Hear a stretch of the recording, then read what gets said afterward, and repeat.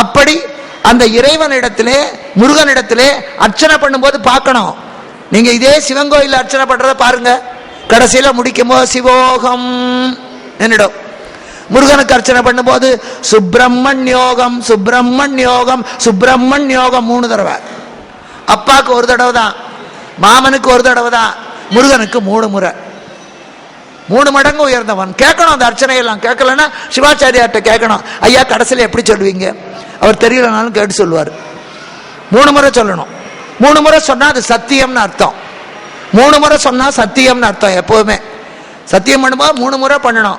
தண்ணி கூட 3 முறை தான் நம்மளை காப்பாற்றி கொடுக்கும். தண்ணிக்குள்ள விழுந்துட்டா 3 தடவை மேலே வருவோம், அதுக்குள்ள காப்பாற்றலைன்னா விட்டுருவோம். அதனால பரமசிவனுக்கு பைத்தியக்காரன் ஒரு பேரு, பித்தன்னு. அதை பாடினார் மீனாட்சி சுந்தரம் பிள்ளை. உனக்கு ஏன் தெரியுமா பித்தன்னு வந்தது?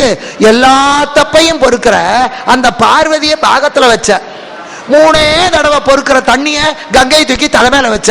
யாரை எங்க வைக்கலாம்னு உனக்கு தெரியலையா பைத்தியக்காரன்?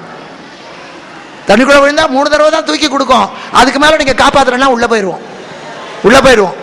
கங்கையை தலையில வச்சிருக்காரு. 3 தடவை மட்டும் மன்னிக்கிற ஒருத்தியை போய் தலைமையில வச்சுக்கிட்ட அம்பிகை எப்ப தப்பு பண்ணாலும் நம்மளை காப்பாத்துறா. எல்லாத்தையும் அளவரு பிழைகள் பொறுக்கும் அம்மையை அணியுறுப்பு ஆதியில் வைத்தாய், தளர்வரு பிழைகள் 3 பொறுப்போரை தலைமையில் வைத்தாய். அதனால் பிளவியன் மதியம் சூடும் பெருமானே உனக்கு பித்தன் என்று ஒரு பெயர். செருப்ப வாசல்ல விடணும், சட்டையை கட்டி வீட்டுக்குள்ள மாட்டணும். சட்டையை வாசல்ல விட்டுட்டு செருப்பை கொண்டு போய் படுக்கையறையில் வச்சா பைத்தியக்காராம்பா. எதை எங்க வைக்கணும் தெரியலையேன்னு பாடினார். அது மாதிரி இந்த பித்தனுக்கு பிறந்தவன் இவன் அப்பனுக்கு பிறந்தவன் ஆண்டி சுப்பன். அது நாளைக்கு பார்க்கலாம். இப்போ அந்த அமுதவல்லி சுந்தரவல்லி எப்போ ஒரு சகோதரிக்கு குழந்தை பிறந்தா மாமனுக்கு தான் சந்தோஷம். மாமனுக்கு சந்தோஷம். இதெல்லாம் அந்த காலம். இப்பெல்லாம் சீர் பண்ணணுமே அவன் சீர்றான். முன்னெல்லாம் முறைப்பையனுக்கு கொடுக்கலன்னா சண்டைக்கு வருவான்.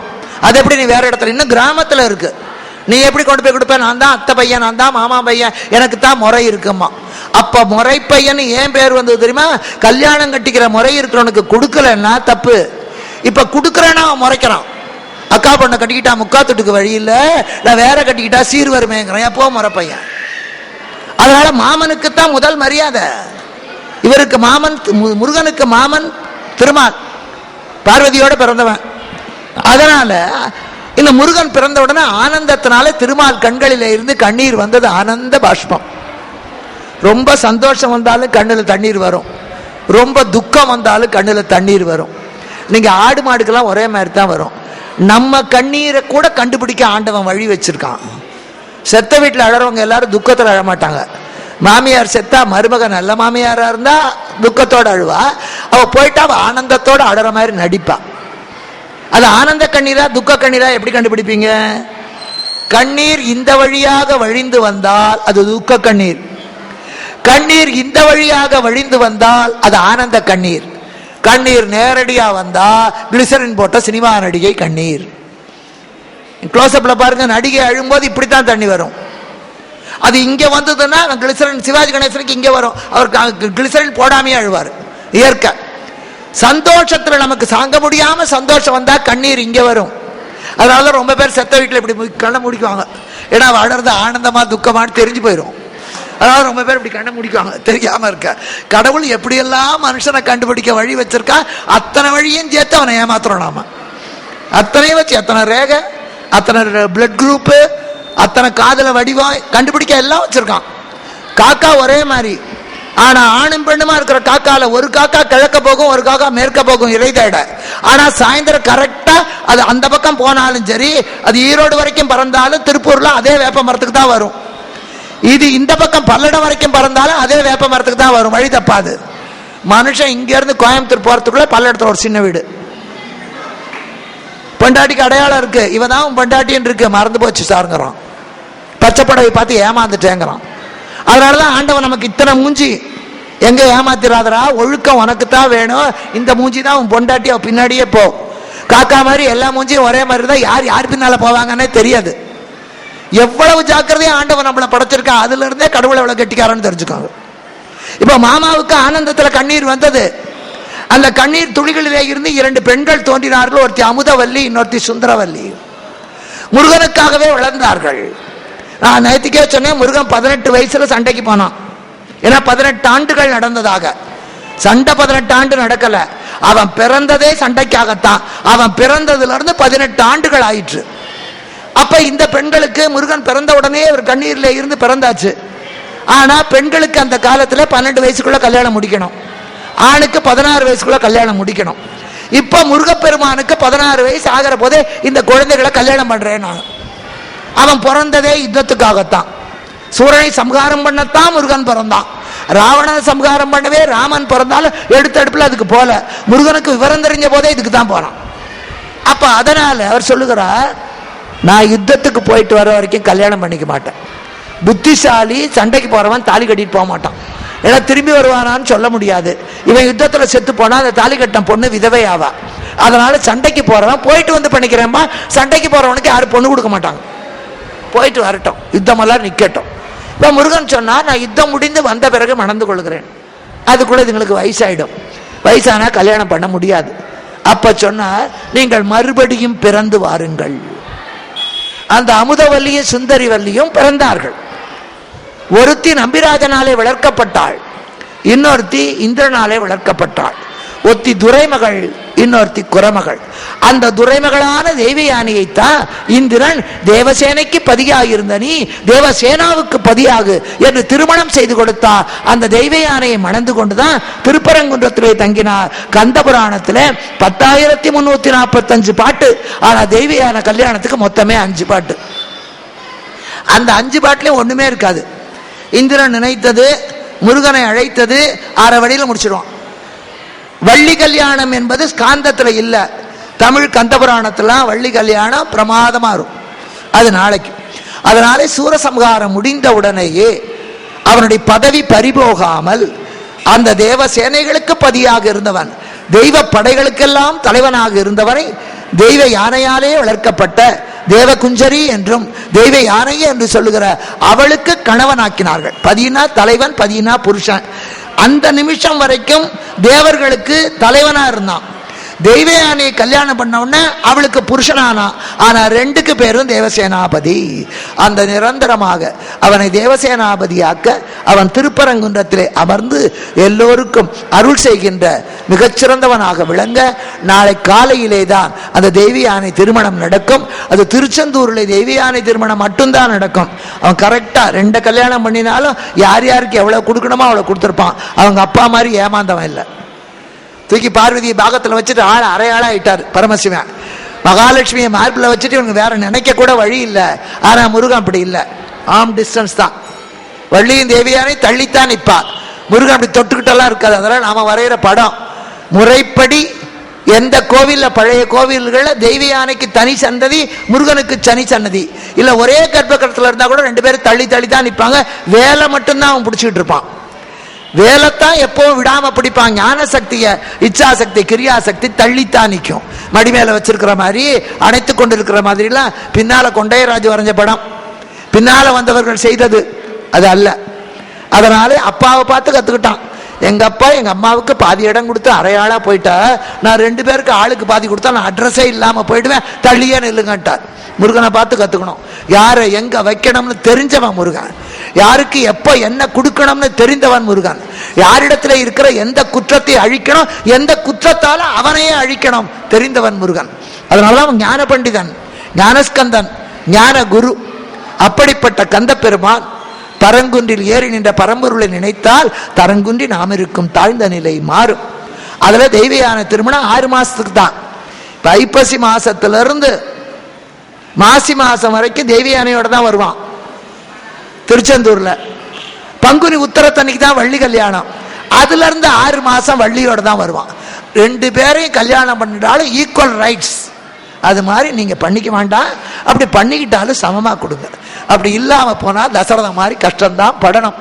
அப்பேற்பட்ட முருகப்பெருமான் சூரனை சம்ஹாரம் பண்ண களத்திலே வந்து நிற்க, சூரன் முருகனை பார்க்க, அவனோடு மாயப்போர் புரிய, சக்கரவாள பறவையாக வர, அப்பொழுது முருகன் தரையிலே நிற்க, தேவர்கள் வேண்ட, அந்த தேவேந்திரனே இந்திர மயிலாக வர, தன் பகைவனை நேரிலே கண்ட சூரபத்மன் அந்த தேவேந்திர மயிலை கொத்தி கிழிக்க, அவன் திரும்பி திரும்பி முருகனை பார்க்க, உனக்காகத்தான் இந்த யுத்தம், ஆனால் உன்னுடைய தேவர்கள் எல்லாம் துன்பப்பட நீ மட்டும் அவர்களிடமிருந்து தப்பித்துக் கொண்டு சீர்காழியிலே ஒளிந்து கொண்டாய். உன்னுடைய கடமையை செய்யாத போது உரிமையை பெற உனக்கு நியாயம் இல்லை. அதனாலே நீயும் சூரபத்மனிடத்திலே அடி வாங்கு என்று முருகன் இஷ்டருக்கும் சிஷ்டருக்கும் ஒரே மாதிரியான அருள் புரிய, சூரபத்மனுக்கு ஏற்பட்ட துன்பமும் முருகனாலே, இந்திரனுக்கு ஏற்பட்ட துன்பமும் முருகனாலே, எனக்கு வேண்டியவன் வேண்டாதவன் என்ற பாகுபாடு கிடையாது.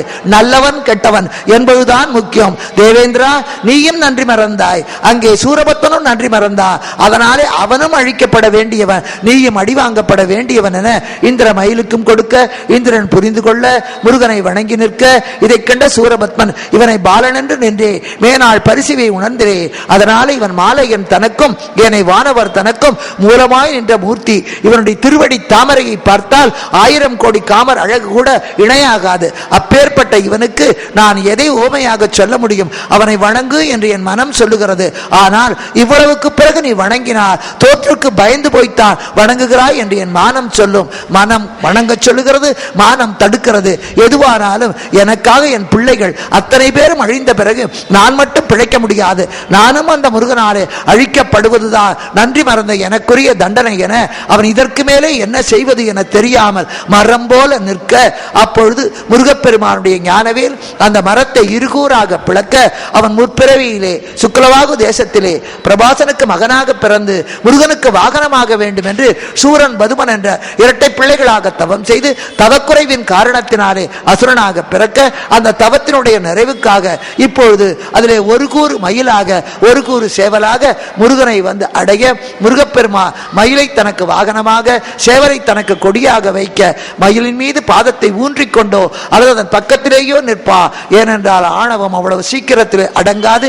எப்பொழுதும் அதன் மீது ஒரு கண் வைத்துக் கொண்டே இருக்கணும். சுப்பிரமணிய சுவாமி மயில் மீது எப்பொழுதும் ஒரு கண் வைத்துக் கொண்டிருப்பது போல, ஒரு காலை வைத்துக் கொண்டிருப்பது போல, நாமும் நம்முடைய ஆணவத்தை அழிக்க எந்த நேரத்திலும் விழிப்போடு இருக்க வேண்டும் என்பதை தன்னுடைய வடிவத்தினாலே காட்ட, முருகனுடைய அருள் பெறுகின்ற வழியையே அந்த மயில் காட்டுவதாக இருக்க, அந்த மயிலினுடைய பெருமையும் அவன் வள்ளியை மணந்து கொண்ட மிகச்சிறந்த அந்த கந்தபுராணத்திலே சுவையான பகுதியையும் நாளைக்கு பார்ப்போம் என சொல்லி, நாளை காலையிலே ஆலயத்திலே திருமணம், மாலையிலே இந்த மேடையிலே திருமணம், 2 முறையும் பார்த்தால் ஒன்று குறைந்து போக மாட்டோம். மனுஷனுக்கு 60ஆம் கல்யாணம் 80ஆம் கல்யாணம் வருஷந்தோறும் அவனுக்கு கல்யாண நாள் என்று கொண்டாடுகிற போது பரபிரமமாக இருக்கிற முருகனுக்கு எத்தனை கல்யாணம் பண்ணினாலும் தப்பில்ல.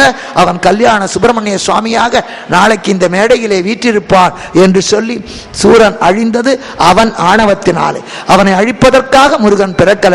அதனால் தான் ராமாவதாரம் போல கிருஷ்ணாவதம் போல அழிக்காமல் அவன் ஆணவத்தை மட்டும் அழித்து அவனை வணங்க வைத்த, தன்னை வணங்குகிறவர்கள் எல்லாம் மயிலையும் வணங்கும்படியாக அவனுக்கும் அருள் செய்த காரணத்தினாலே முருகனுடைய திரு அவதாரம் அழிக்க பிறந்த அவதாரம் அல்ல, நம்மை காக்க பிறந்த அவதாரம். கலிகாலத்திலே ஸ்கந்தஸ்ய கீர்த்திம் அதுலாம் கலி கல்மிஷ நாசினிம் என்று சொல்லி இன்றைய நிகழ்ச்சியை இத்தோடு நிறைவு செய்கிறேன். வணக்கம்.